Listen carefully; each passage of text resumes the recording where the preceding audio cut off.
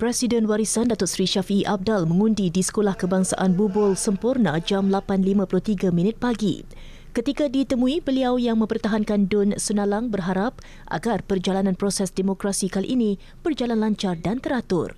Saya berharap dan berdoa kepada Allah SWT mudah-mudahan perjalanan pilihan raya pada kali ini akan mengikut landas undang-undang yang ada. Di Kinabatangan, Pengerusi Barisan Nasional BN Sabah Datuk Seri Bong Mokhtar mengundi di Sekolah Kebangsaan Bukit Garam. Beliau yang mempertahankan DUN lama turut meninjau beberapa pusat daerah mengundi bagi memastikan proses berkenaan lancar. Saya yakin bahawa Barisan Nasional, bukan hanya saya, calon-calon Barisan Nasional akan dapat kemenangan yang lebih baik daripada PRN yang lalu. Di Papar, calon BN DUN Bongawan Datuk Muhammad Alamin mengundi di Sekolah Kebangsaan Our Lady of Fatima. Timbalan Menteri Luar ini tiba di pusat mengundi pada jam 9.40 pagi dalam saingan 9 penjuru. Calon Pakatan Harapan PH DUN Merotai Datuk Seri Ruji Ubi mengundi di Sekolah Kebangsaan Sungai Haji Mahathir di Tawau.